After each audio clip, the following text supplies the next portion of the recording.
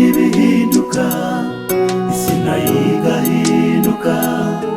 Irinde gucika intege, uve mu byizerwa, kuko Imana yonyine igufite mu biganza, ntabwo yakurekura, iragukunda.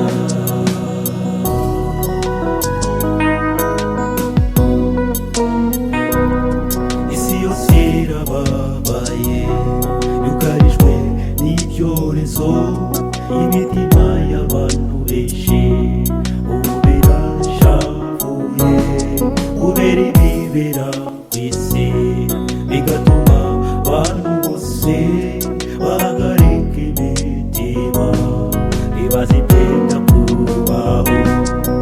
Ibihe n'ibihinduka, isi nayo igahinduka.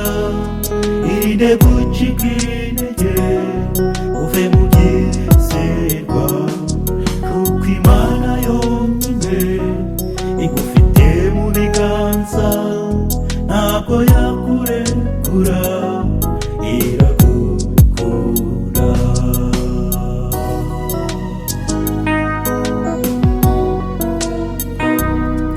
Ubukene bwabaye bwinshi, bwateye iyi si yacu, abantu bari gupfa bicwa n'inzara, abandi bari guhemuka bakica bagenzi babo.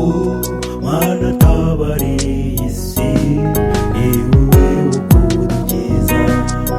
Ibihe n'ibihinduka, isi nayo igahinduka.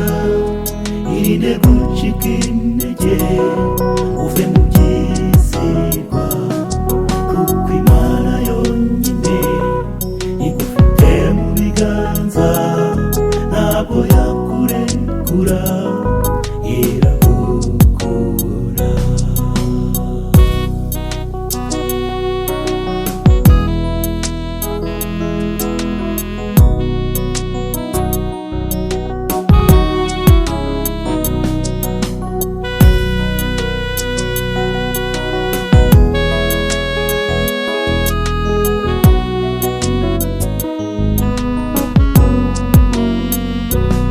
Yesu niwe wabivuze ko n'amahoro y'iyi si, intambara n'ibibazo ntabwo bizashira, keretse ubwo azabashe akimika ubwami bushya yateguriye abamwizeye, tukaba mu munezero.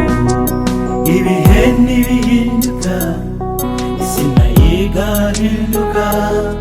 Irinde gucika intege, uve mu byizerwa, kuko Imana yonyine igufite mu biganza, ntabwo yakurekura, iragukunda.